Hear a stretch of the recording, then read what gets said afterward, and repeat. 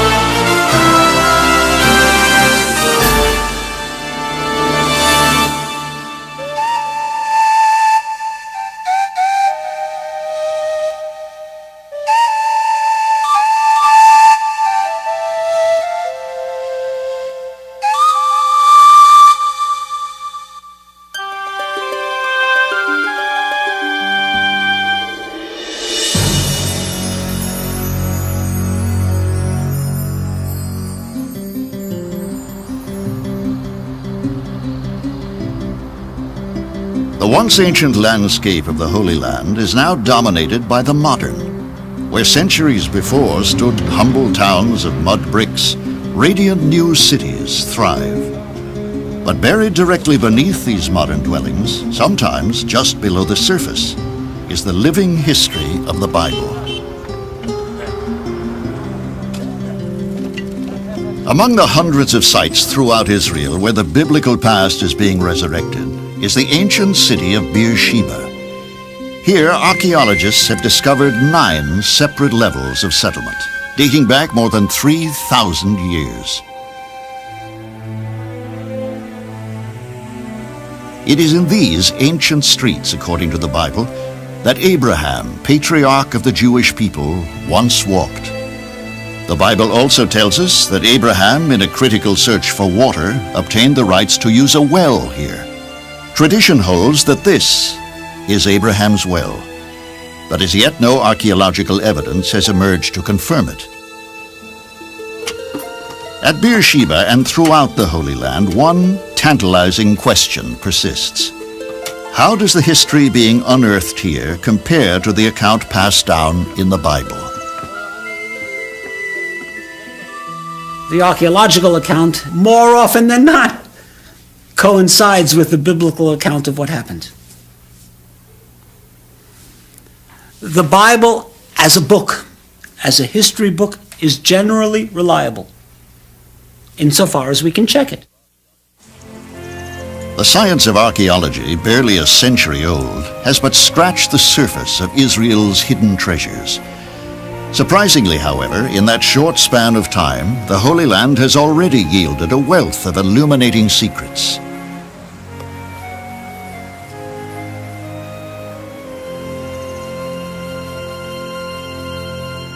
Ancient cities, lost for untold thousands of years, have risen again from the dust.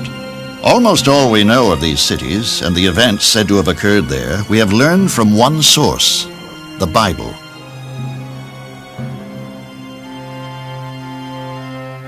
But how accurate is the history contained in this ancient text? When the trumpet sounded, the people shouted, and the walls came tumbling down. Joshua 6:13. Jericho. A certain mystique lingers in the very name. Here, the Bible tells us, occurred antiquity's most legendary military confrontation. Archaeologists have confirmed that Jericho indeed met with a catastrophic end. But debate still rages as to when it occurred and if Joshua was truly its conqueror.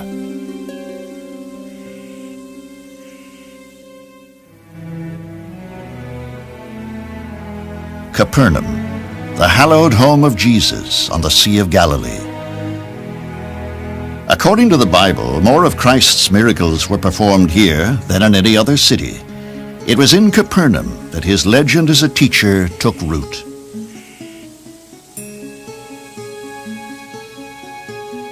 They went into Capernaum, and on the Sabbath day he entered into the synagogue and taught. Mark 1:21. Beneath this ancient synagogue lie traces of an even earlier structure, which some archaeologists believe may have been the nucleus of Jesus' earth-shaking ministry.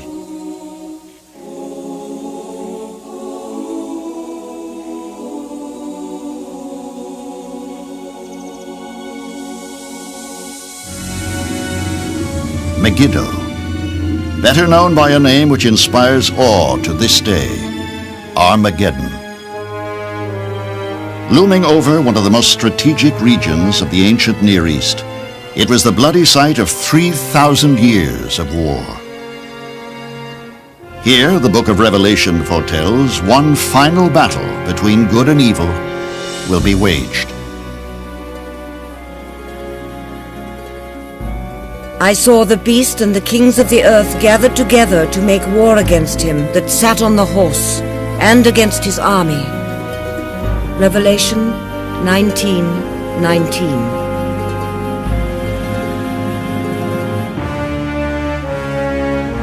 Armageddon, the flashpoint which will signal the end of the world.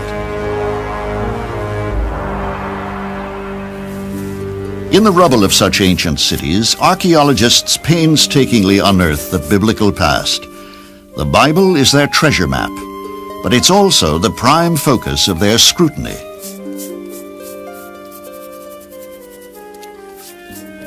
One of the enduring goals of biblical archaeology is to solve the one great mystery of the Bible, namely, how good is the text itself?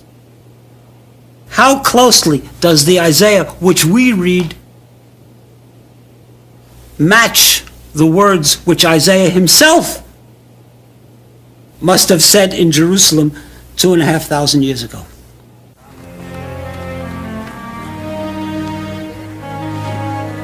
In recent decades, vital clues have been unearthed which shed light on the Bible's degree of historical accuracy.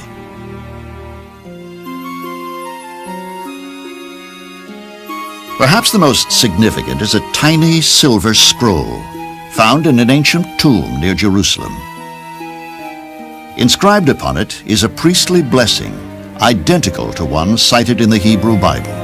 Dated to the 7th century before Christ, It was written 400 years before the oldest known biblical text.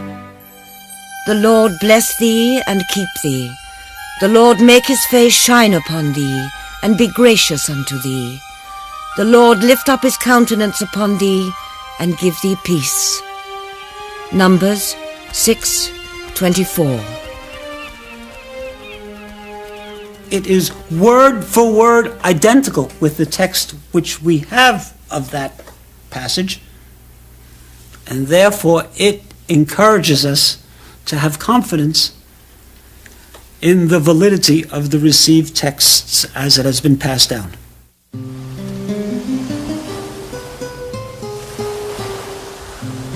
In the history of biblical archaeology, one dramatic discovery stands alone. Ironically, it was not made by an archaeologist, but by a humble shepherd.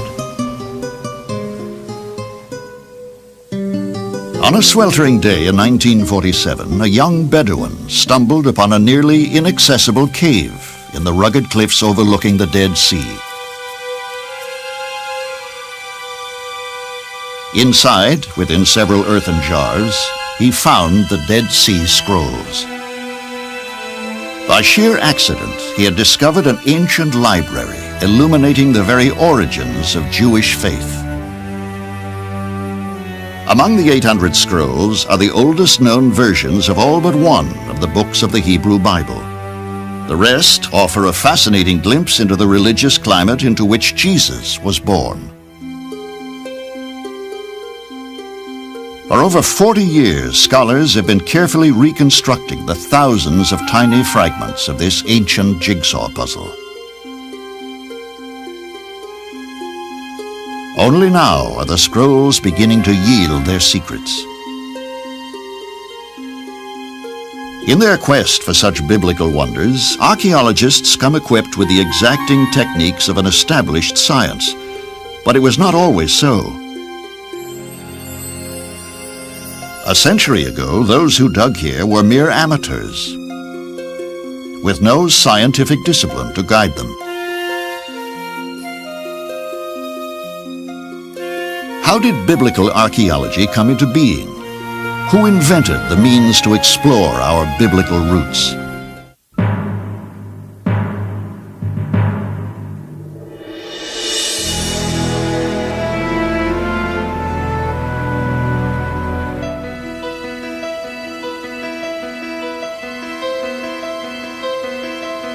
In the late 19th century, pioneers in a new discipline called archaeology were drawn to the Holy Land.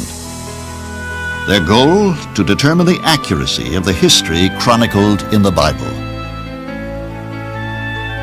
Foremost among these trailblazing archaeologists was an eccentric British surveyor, Sir William Flinders Petrie. Gifted with a rare genius, Petrie was destined to discover the archaeological key to probing the mysteries of the Bible. Petrie's towering intellect, however, was accompanied by an equally prodigious sense of the bizarre. As great an impact as he had on the discipline, and as important as he was in the development of archaeology in the Holy Land, he was a bit of a nut. I think we'd have to admit that. Petrie exhibited his eccentricity on his maiden expedition in 1880 to survey the Great Pyramids of Egypt. Petrie was the first one to measure the pyramids. And the only way the Egyptians let him measure the pyramids, 100 people had tried it before, and they'd been chased out and stoned and sometimes killed, was that Petrie, this strange small man with a full white beard and bright blue eyes, measured the pyramids in Egypt whilst wearing a ballerina's tutu. This little funny, frilly little dress and tights. Because he was a lunatic. And he benefited from all the protections which lunatics have in Eastern societies. Despite Petrie's oddity of character, he possessed the disciplined mind of a scientific genius. As he shifted his focus from Egypt to the Holy Land, he made two breakthrough discoveries. He recognized the importance of what those before him had ignored: earthen mounds dotting the landscape, which appeared to be natural features of topography. But what others had assumed to be creations of nature, P.O.E. recognized as the ancient debris of man. P.O.E.'s discovery became known as the Tell, the accumulation of multiple settlements, each one built on the ruins of an earlier community.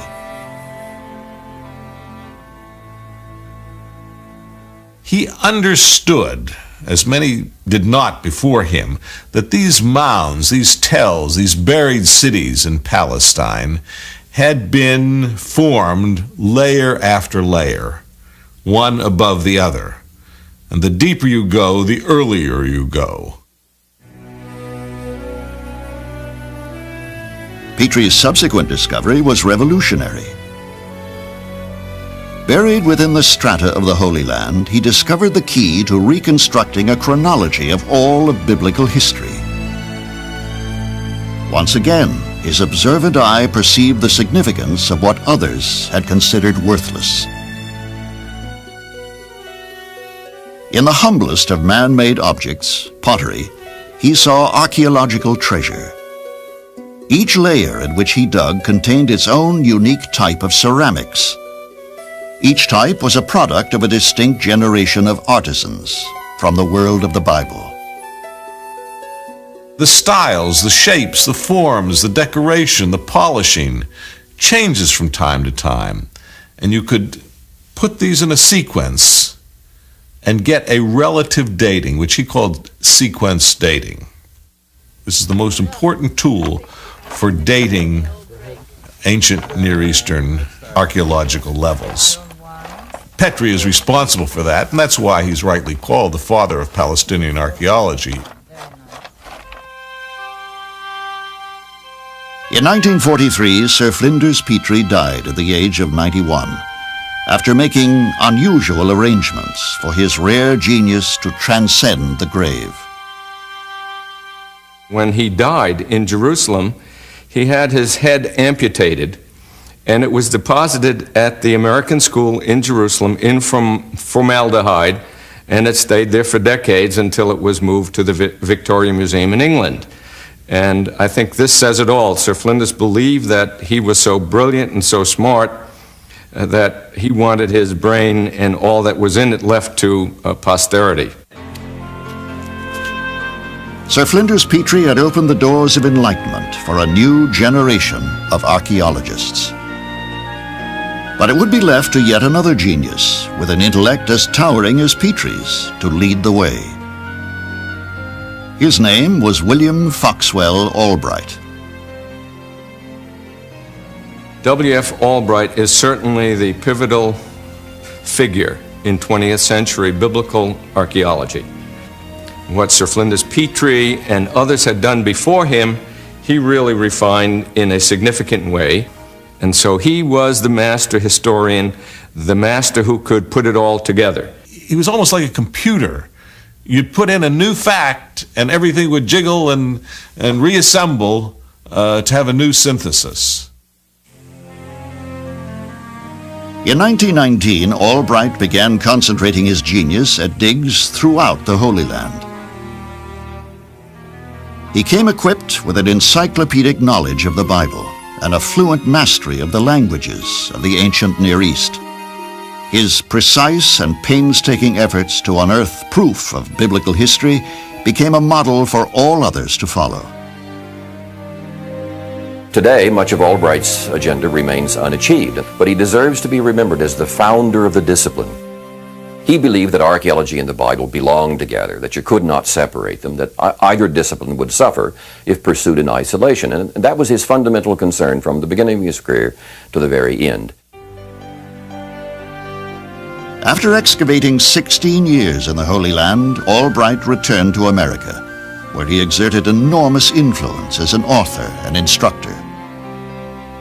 As a teacher, he was without peer. He left a legacy of PhDs, the likes of which has never been before, Jewish and Christian and Catholic scholars, every stripe of persuasion and belief that you can imagine. It was the dawn of a new generation of biblical explorers. Fate decreed some of them to unearth the Holy Land's most magnificent treasures. One of them was an Israeli war hero destined to become a living legend.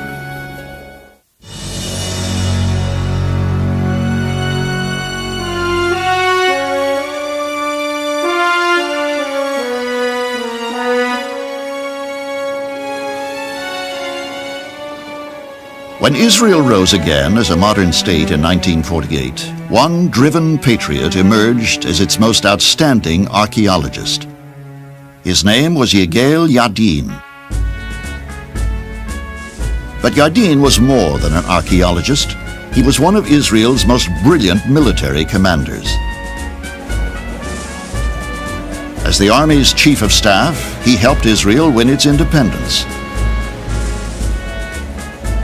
And in 1967, he was instrumental in Israel's lightning victories during the Six-Day War. But it was Yadin's phenomenal success as a biblical archaeologist that secured his place as a national hero. He was a giant in every way. I had the privilege of working for him in the field, studying with him in the classroom at the Hebrew University in Jerusalem, and he was inspirational as a teacher, but a bit fearsome, awesome in the field as a mentor because of the militaristic way he ran his digs. In 1955, Yigael Yadin advanced with his army of excavators to the ruins of the ancient city of Hatzor. Here, more than 3,000 years ago, another army, led by a warrior named Joshua, is said to have won a crucial victory.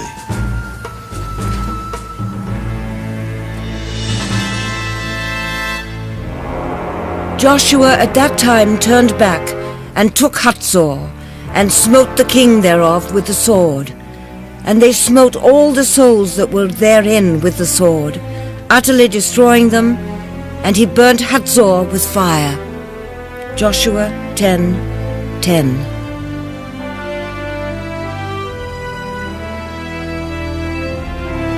Hatzor, the Bible tells us, is destroyed by Joshua and the invading Israelites as part of a sweeping military conquest of Canaan, commanded by God. When Hatzor, Canaan's last stronghold, falls, the promised land at last is theirs. In the city's ruins, Yadin's excavators found telltale layers of ash. A devastating fire, Yadin concluded, had indeed consumed Hatzor. When he found that the great lower city had been destroyed sometime before 1200 BCE, he decided that that was the work of Joshua and the invading Israelite armies, exactly as the story has it in the book of Joshua. Yadin acknowledged, however, that evidence at other sites, such as Jericho, contradicted the biblical account. Today, Joshua's story of a sweeping conquest of Canaan remains a mystery. Did it really happen like the Bible says it happened? The universal consensus is that it didn't. Some parts of the Joshua story are clearly historical, but other parts are very problematical from an archaeological point of view. Yadin's passion for archaeology never waned in the face of such perplexity. Hatzor, he felt certain, held the key to one additional and vexing mystery. Solomon used forced labor to build a temple and a palace, and to rebuild the city of Hatzor. 1 Kings 9:15. 300 years after Joshua destroys Hatzor, the Bible tells us, Israel's legendary leader Solomon rebuilds it as a military fortress. Yadin suspected that beneath this rubble was a wealth of literary material compiled during Solomon's reign. Professor Yadin believed that he would find the royal archives of King Solomon in the great city of Chatzor. He, alas, died before he had a chance to look for them. His students are now continuing the search.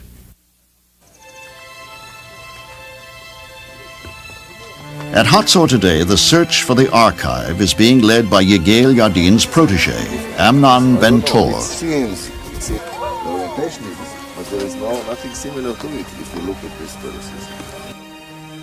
As a student, Ben Tor dug for Yadin here 40 years ago. Now he has returned to carry on his mentor's mission. What he has unearthed thus far is promising. We found two documents. One of them is a letter to the king of Chatzor. It demonstrates to us that there is an archive under our feet. Somewhere in this enormous complex, there is an archive. If Solomon's archive is to be discovered at Hatzor, scholars are confident it will represent a quantum leap forward in our understanding of the history of the biblical world. That, if it happens, will be sensational. That will be the great archaeological find of the century, if it happens. In 1960, Yigael Yadin left Hatzor to follow the lure of mysteries elsewhere in the Holy Land. He directed his attention to a majestic fortress rising from the desert floor near the Dead Sea, Masada. Here, the ancient historian Josephus tells us, occurred another critical chapter in Israelite history. 1,300 years after Joshua's conquest, Israel is engaged in a fierce struggle for freedom against imperial Rome. 960 Jewish rebels besieged atop Masada commit mass suicide rather than be enslaved by the Romans. Let our wives die before they are abused, and our children before they have tasted slavery. Josephus, The Jewish War.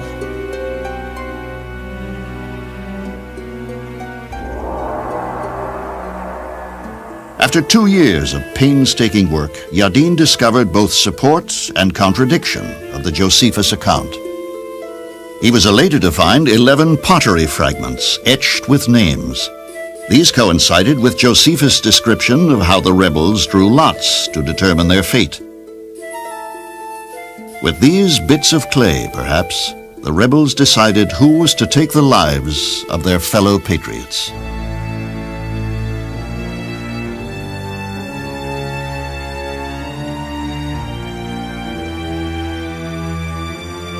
But Yadin was disheartened as he found only 25 skeletons, far short of the 960 Josephus says perished here.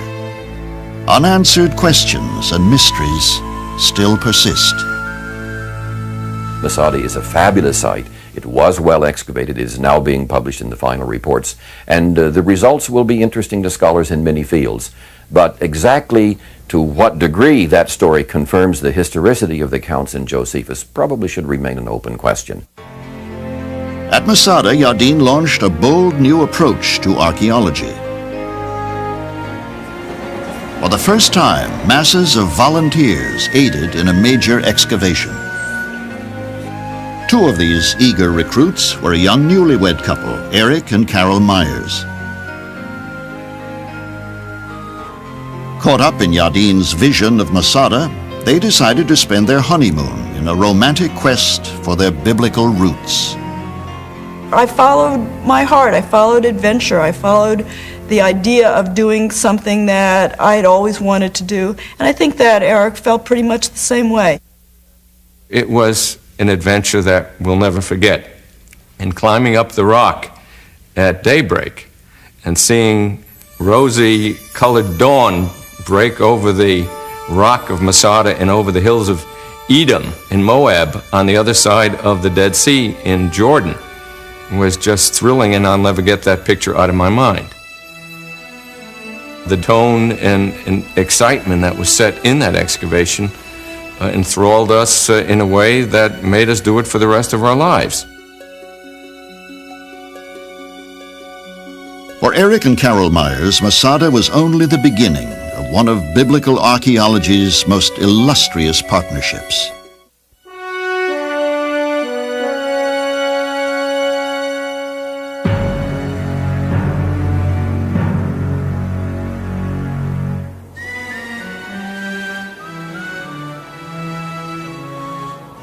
Masada, Israel's towering monument to ancient heroism, shrouded for 2,000 years in mystery. For two newlywed students of archaeology, Eric and Carol Myers, there was no more appropriate setting to begin a lifetime together exploring the biblical past. Today, the students have become the teachers. Consummate professionals in their field, they have discovered some of the Holy Land's most intriguing treasures. Their greatest strength is their passion for the past. We felt to engage in the past, the best way to truly engage in the past was to get dirty and down in the trenches and feel it and do it. You know, lots of people ask me to this very day, well, what are you looking for when you go to the Near East? What are you looking for when you're excavating at Sepphoris or at Tel Gezer or at Masada? And that question comes out of a kind of treasure-seeking notion about what archaeology is, that you're going to look for a gold treasure. It's, I think, very much fed by the Raiders of the Lost Ark mentality, that you're looking for the lost so-and-so. You want to solve a mystery.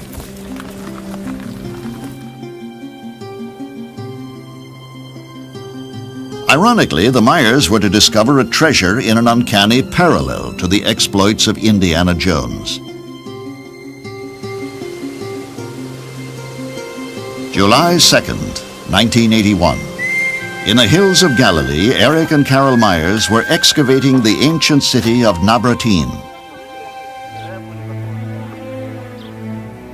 At 7:30 that morning, they unearthed a chunk of limestone, mysteriously out of place amidst the rubble. They suspected the secret of the stone lay in its concealed underside. To learn that secret, they began the laborious task of lifting the half-ton fragment.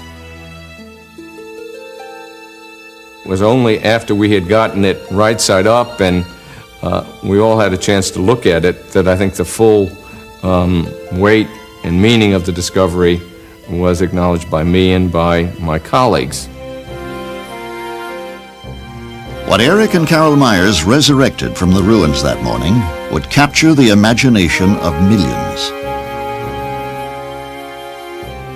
A fragment of an ancient ark, by far the oldest ever discovered, a cousin to its legendary predecessor, the mysterious and mystical Ark of the Covenant. The Ark remains Judaism's most holy symbol, the repository for the 10 Commandments brought down from Mount Sinai by Moses. The Ark of Nabratin is its direct descendant. As dramatic a discovery as this was, it would be amplified by a bizarre twist of fate.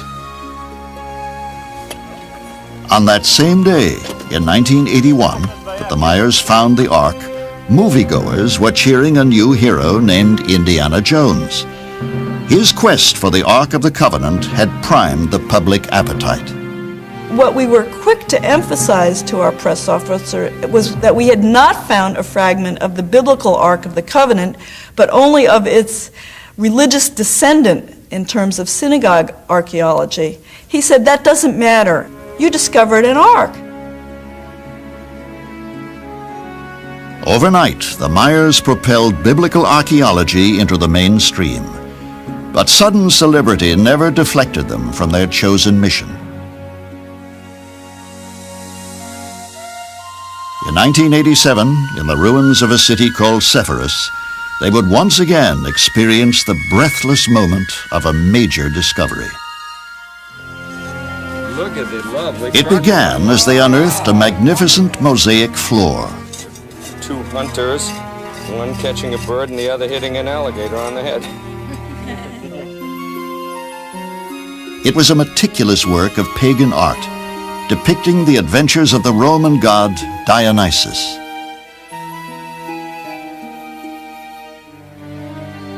Then, beneath the dust, they found the exquisite features of a woman of mesmerizing beauty, whose eyes had been blanketed by ancient rubble for 1,700 years. My first thought was, my goodness, what a face. That face really held and captured one's attention immediately.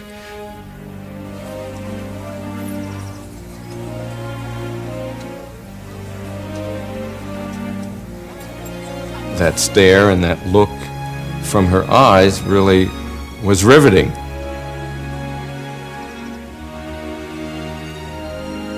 But who was this beguiling female? The identity of this woman is still a mystery. Maybe if she weren't so beautiful, we wouldn't be so interested in figuring out who she might be, who she might have been. No one's ever going to be able to tell us who was the model, who was the woman behind the picture. She is a mystery woman. Inspired by her timeless beauty and charm, the Mayas dubbed her the Mona Lisa of the Galilee.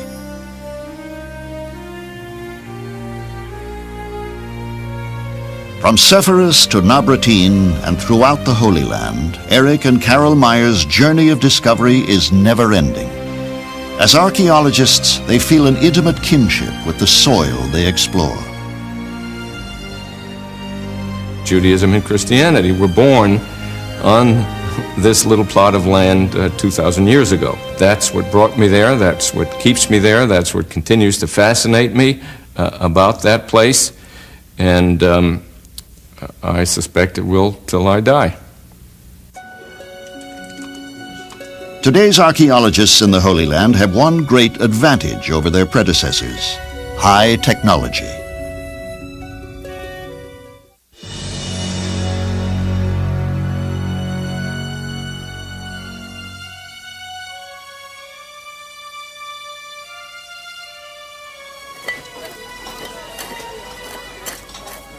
A spade in one hand, a Bible in the other. Such is the romantic notion of the biblical archaeologist. But it's a notion that belies the complexities of this unusual discipline. Today's biblical explorers come equipped with the most sophisticated tools of science. High technology allows them to answer the archaeologist's age-old challenge, where to dig.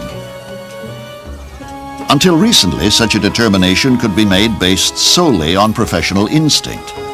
Now, ground-penetrating radar enables them to detect promising sites without ever striking spade to earth.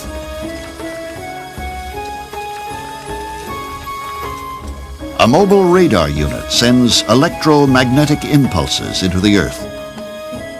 Bouncing back from obstructions, these impulses reveal underground anomalies, which are translated into images on a computer monitor.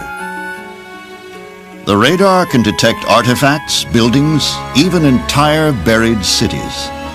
It has enabled archaeologists to eliminate enormous amounts of random digging. But the tools of sophisticated science go far beyond locating the wonders of the biblical past. At DNA research facilities, archaeologists may soon be able to extract secrets even from the human remains of those who populated the world of the Bible. Though buried for untold centuries, the bones of the ancients contain vital genetic clues, which can tell us much about who they were. When I was a student, if anyone had described that kind of analysis, people would have laughed at them. Today, it's a tool that's gradually coming into use, an expensive and complicated tool, but one that in the end may prove enlightening. Without question, the most significant new tool of archaeologists is the computer. With it, they have begun to open fascinating new worlds of discovery. When I was a graduate student, we hadn't heard of computers yet, and we couldn't have imagined how computers would transform the field. Today, we can do things with computers that are stunning. In my day, when you excavated a building, you drew a flat plan of it. You might have an artist or an architect do a kind of three-dimensional reconstruction, but that was about all you can do. Today, we can use computers not only to reconstruct the building in all of its details, but we can manipulate the model in various ways so as to reveal things we never would have dreamed of knowing.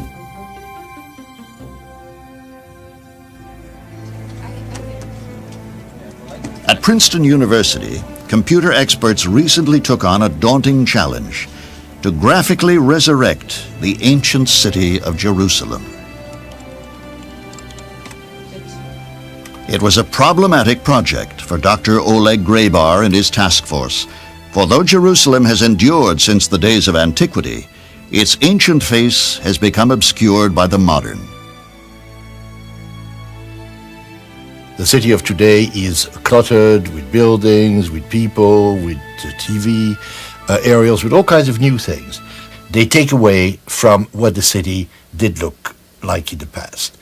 As a historian, I wanted to reconstruct that past and to remove the contemporary skin. With the aid of the computer, we can descend into a long-lost Jerusalem that previously could only be imagined. In this vivid recreation, we can walk in the very footsteps of patriarchs and prophets, kings and common men, and Jesus.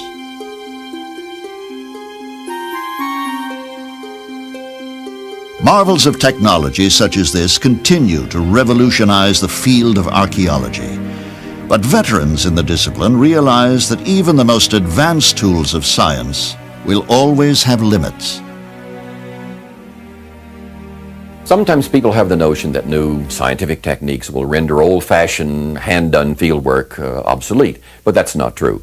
There really is no substitute for the human hand and eye and intelligence. Archaeology will always be done, in some senses, in the old-fashioned way. At computers or in the field, biblical archaeologists search out history because they believe the past may be prologue. By discovering where we have been, they hope to grant us greater insight into where we are now and where we're going. Only through the prism of the past can we hope to really confront the present with any vision and understanding.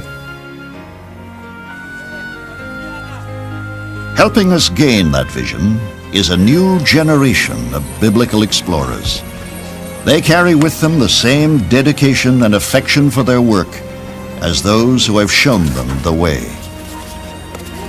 If we've done nothing more than pass on to our students and to the people with whom we've worked the love of the discipline, the love of the discovery, the love of the past that we have, I think that we will have done something that's very important.